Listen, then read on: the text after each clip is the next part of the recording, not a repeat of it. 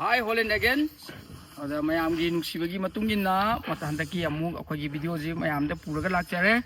Ado matang training tawpagi part amu oina akogi hui gi physical fitness training je kamaina tawge haibadu mayam dai thamningmani aigi physical fitness training de aina aigi huiga aina kamaina loinage aina fitness training kamaina tawge haibadu mayam da ai hamjage aduga lairiba training gi scenario haibadi training da kamaina training dang only pham hogolu adudang tawbanadi huije fitness oiroi aduna moidaju akogi fitness training je yam dakar oi aduna aina fitness ama akogi hui ama training tawba matamda aigi kamaina huijingje kamaina fitness training pi amadi aigi hui aigi isagi huini ngasina aina mayamda ulaijina aigi huije akogi kamaina tawna aina fitness training tawge haibado mayamda ai thamjage yengbiu aduga aigi training gi mong jisu kamaina tawi haibado mayam da thamjage mayam jengbiu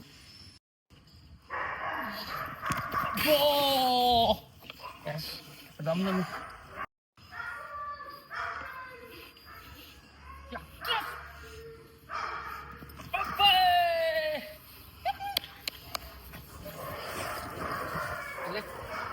sagi akogi pilot training do loigraba matungda akoina amu huji akogi wall climb up na akogi masagi lairiba akogi as a competition dog ama akogi semna una bo hona ta akoi one climb magi akogi body build up tawba adagi amadi muscle ade magi semna baje kamaina aina kamaina tawna aigi oina individual practice mayam gi di nate aigi oina aina kamaina practice pi ge ha matamda akogi wall climb up se sida lairiba mafam ji yong da mafam da lairiba wall climb up se ai nunti he practice tawi sida akogi maji akogi mathak sida aigi posak ama langkhatlaga mathak sida aina posak ama langkhatlaga ai kamaina da maji at least 10 times maji ai sida ai kamaina da climb up tawduine hairiba mafam se aikoi ai huji kamaina aigi huji aigi dogi je aigi huji ga ai kamaina practice tawge habdo mayam da ai yenghal jarake yengbiu aduga mayam dingna fajargadi like and comment pibiramu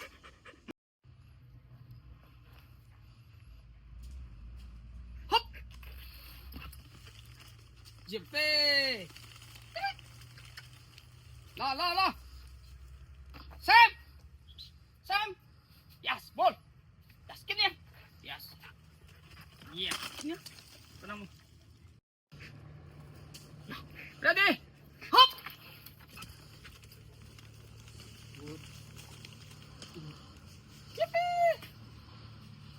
kini say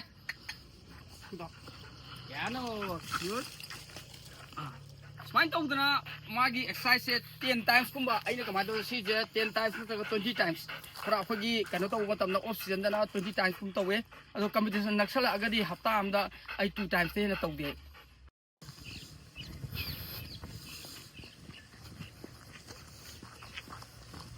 aduga mayam ne mathangi aigi exercise na amu kamai tawda akogi dogi je kamai tawda ngasai gi kogi wami ama tawrudo adudagi mangonda muscle kaiba yoram yai adagi amadi mangonda akogi muscle je akogi form ta do mayam leiram bayai aduna akoina kamai taweda ngasai akogi pilot training loire adagi akoi wall climb up loire adugi mathangda akoina aina moida mangonda or competition dog amada aina kano tawbaje training pibaji kamaina pige ha matamda aije mathangi kano je exercise na swimming gi matung ida akoije loire kanda maje akogi grooming amuk tawdine aduna swimming je loiraga matung swimming je kamaina tawhange habado akogi achowa sida lairiba akogi kano je yengbiu saida akogi kano je akogi lek macha hai tare ko akogi saida aina he aidi saida aina purga he tawi ado mayam goina aigi kano je training center da amtang lakpiri yengbiu aigi mafam je yamna phajabane aduga kamaina tawda akogi mafam khudingi akoi training tawda fitness training gi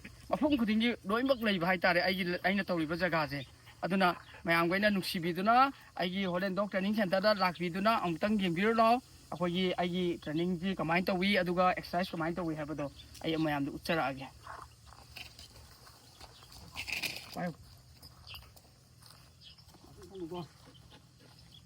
haujarage akogi swimming okay ready go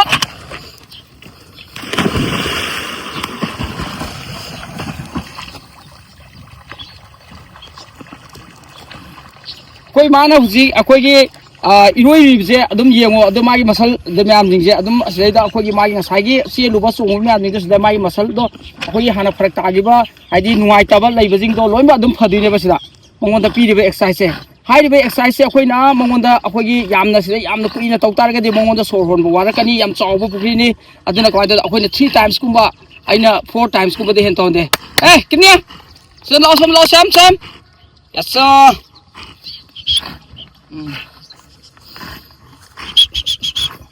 Yeah, come. Yeah. Slow. Yeah, lah, come. Yes, come. Yes, good dog. Come here. Slow. Yeah. Push. Yes, good. Dah, kau ni.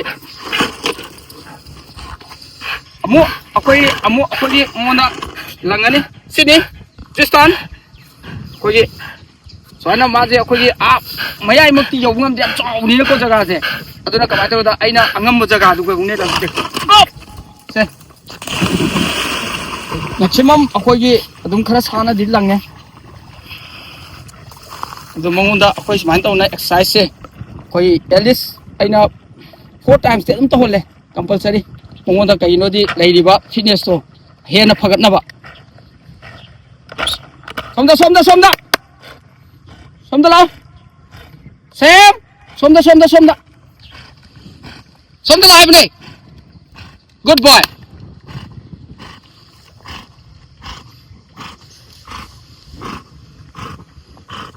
Yes, good dog.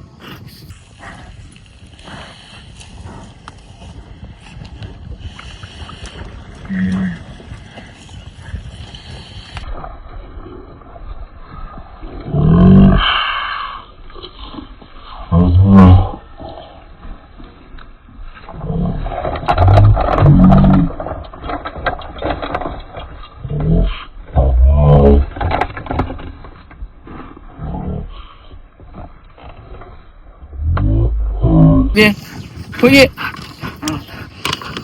Out. Sini. Yes. Pergi hari be exercise si aina at least ai 2 times ko training to we moi da. Aduman to na aduna magi physical fitness se mayam lainari ba huidagi physical fitness se yam hena phai amasung adagi kano du na bagi sang jam handai. Maram aduna akoi adongi huichu yari swimming to honbiu aduga wall climber to honbiu adu karigmo bol amaga adum at least adum khar khar je sana biu hai bisi thamjani ngai